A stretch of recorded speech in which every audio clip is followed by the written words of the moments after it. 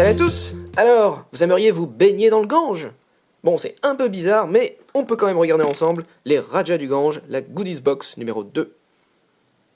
Et voici la Goodies Box numéro 2 des Rajas du Gange. Si vous n'avez pas vu la vidéo pour la Goodies Box numéro 1, je vous invite à cliquer sur le lien en description ou sur l'affiche en haut à droite. Idem pour la présentation du jeu de base, si vous ne le connaissez pas, c'est un jeu qu'il faut découvrir, qui est vraiment très bien.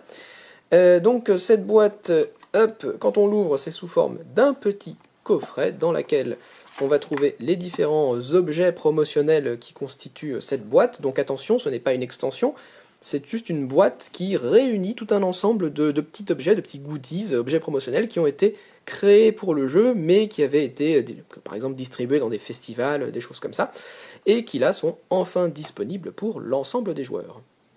Premier module de cette boîte, on a encore un module sur le Gange, comme dans la Goodies Box numéro 1, sauf que là on a tout un tas de tuiles, et si vous combinez la Goodies Box 1 et la Goodies Box 2, vous allez pouvoir, plus les tuiles que vous aviez dans la boîte de base, vous pouvez recouvrir entièrement la rivière avec des jetons et avoir une rivière qui est différente à chaque partie. Alors globalement, toutes ces tuiles-là, on les connaît déjà, elles sont assez classiques, en tout cas l'iconographie n'est pas très différente de ce que vous connaissez déjà. Les petites tuiles un peu différentes, on a celle-là par exemple qui vous permet de gagner tout de suite 2 tuiles revenus que vous placez sur votre domaine. Ici vous allez pouvoir gagner les points de 3 marchés selon votre choix. Sur cette tuile, ça vous permet d'évaluer, de gagner les points d'autant de marchés que vous avez de couleurs différentes de dés sur votre statut de Kali. Là pareil, en fonction du nombre de couleurs de dés différentes que vous allez pouvoir gagner des points de victoire. Ici, vous allez pouvoir reprendre un ouvrier que vous avez déjà placé quelque part, le mettre à un autre endroit, et faire l'action gratuitement. C'est très très bien.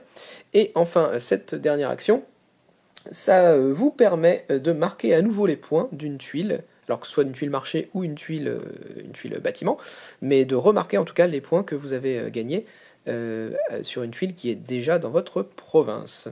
Deuxième module, ce sont les tuiles sauvages. Alors, les tuiles sauvages, il y en a 4. Au début de la partie, on va les mélanger. Chaque joueur va en récupérer une au hasard. Et les joueurs vont devoir placer la tuile qu'ils ont récupérée sur un de ces deux emplacements ou un de ces deux emplacements dans leur domaine. Une fois que la tuile est placée, elle va rester là toute la partie. L'intérêt, c'est que ça va vous faire déjà une liaison. Chaque fois, vous avez des liaisons un petit peu différentes sur chaque tuile. Et chaque tuile va également rapporter un bonus de départ différent à son propriétaire. Donc cette tuile rapporte un point de karma. Celle-là permet d'échanger tout de suite un dé d'une couleur de votre choix contre un dé d'une autre couleur. Ici, ça vous permet de récupérer le bonus d'une tuile spéciale blanche immédiatement. Et ici, ça vous permet de gagner un dé de la couleur de votre choix. Troisième module de la boîte, ce sont les 4 tuiles vaches. Donc comme dans la Goodies Box numéro 1, on avait des tuiles serpents et des tuiles tigres, donc il ne manquait plus que les tuiles vaches. Ces tuiles, on les mélange à chaque pile de manière tout à fait classique, il y en a une par couleur.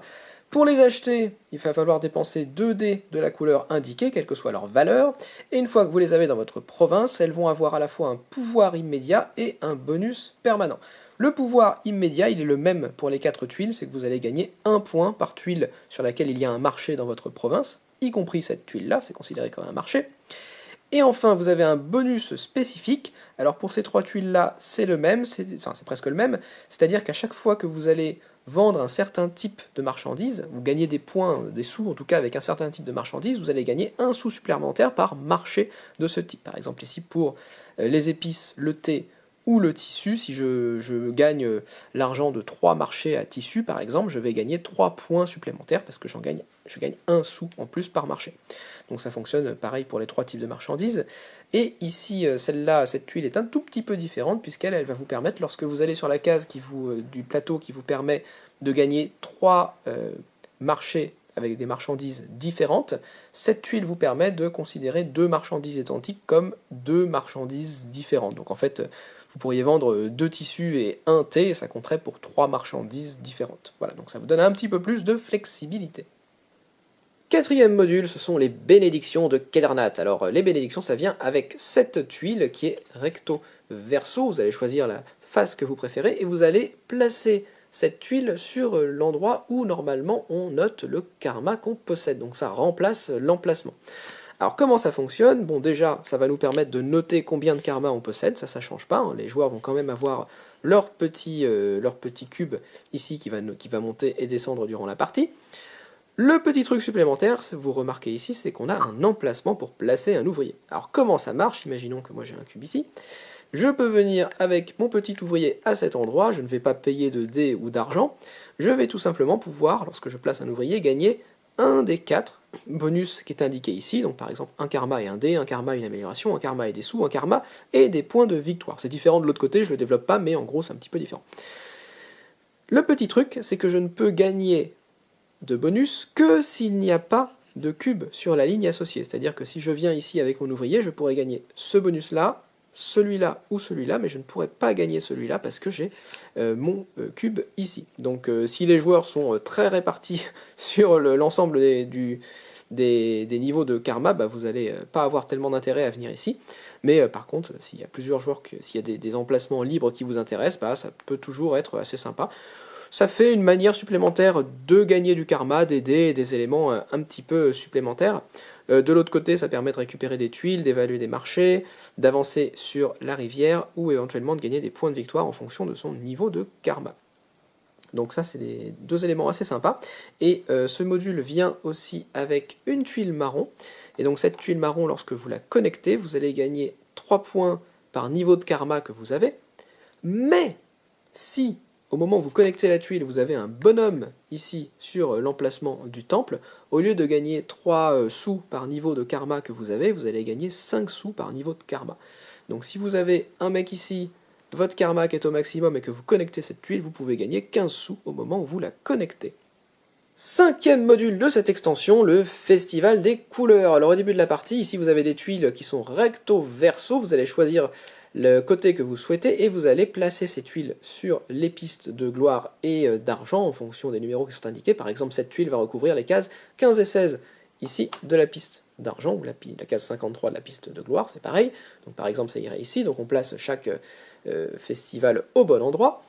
À partir de là, ce qui va se passer durant la partie, lorsqu'un joueur va atteindre ou dépasser une case sur laquelle se trouve un festival, le festival va être déclenché.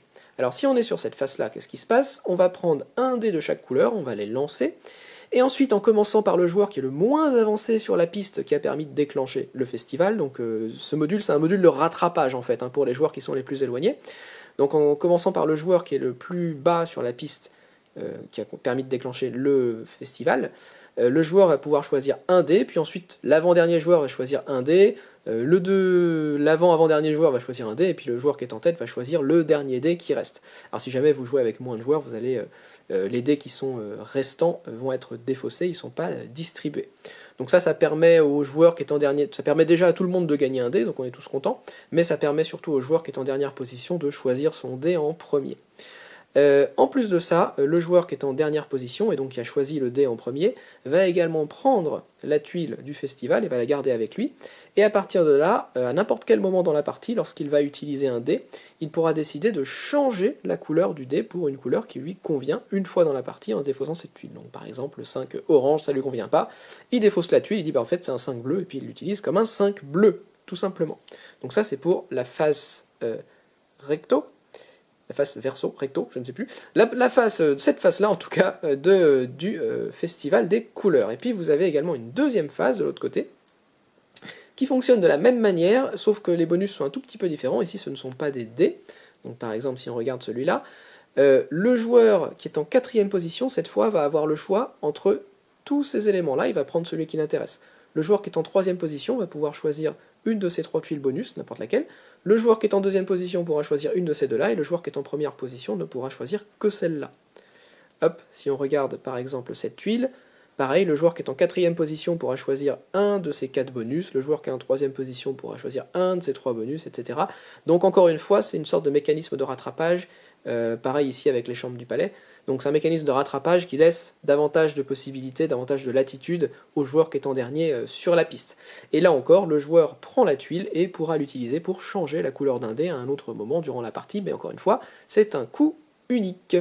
6e module de cette boîte, ce sont les routes de l'Empire Moghol qui viennent avec cette tuile, qui encore une fois est recto verso, vous allez pouvoir choisir la face que vous préférez, et qui vient avec les 3 drapeaux que voici. Alors cette tuile, on va la placer à cet endroit du plateau, elle va offrir un nouvel emplacement pour un ouvrier. Alors qu'est-ce qui se passe quand on va sur cette tuile? Si on va sur ce côté de la tuile, alors c'est la première partie qui change, la deuxième partie ne change pas. La première partie ici, ça vous permet de gagner 1 sou pour chaque route qui part de votre résidence. Donc là par exemple c'est ma résidence, j'ai une route, 2 routes qui partent de la résidence, là j'ai rien, donc ça me fait 2 sous. Donc au maximum avec cet emplacement je peux gagner 3 sous, ce qui n'est pas très intéressant, mais c'est la deuxième partie qui est plus intéressante. Et ensuite je peux récupérer un drapeau. De l'autre côté, on va voir à quoi sert le drapeau après, vous inquiétez pas. De l'autre côté, lorsque je viens sur cet emplacement, je vais devoir utiliser un dé. Puisque le premier emplacement ici c'est gratuit, enfin c'est juste un ouvrier, là il me faut un ouvrier plus un dé. Lorsque je viens ici, je vais lancer le dé, en fonction du résultat du dé, je vais gagner de l'argent, en fonction des types de routes que j'ai dans mon domaine. Par exemple ici, si je lance ce dé, ça fait 4. Avec un 4, je gagne 2 sous pour chaque carrefour, comme ça, comme chaque croix que j'ai dans mon domaine. Il se trouve que j'en ai un, donc ça me fait 2 sous. Mais voilà, si j'avais fait un 1 ou un 6, j'aurais gagné 2 sous pour chaque route droite, ici, et pour un 2 et un 5 pour chaque coude, et pour un 3 pour chaque carrefour à 3 branches. Ici, j'aurais gagné 2 sous, ce qui aurait été peut-être plus intéressant pour moi, ça m'aurait fait gagner 4 sous. Voilà. Donc ici, vous devez sacrifier un dé, mais vous gagnez un petit peu plus d'argent sur cette face de la tuile. Par contre, la deuxième partie est la même. Une fois que vous avez gagné de l'argent, vous récupérez là aussi un drapeau.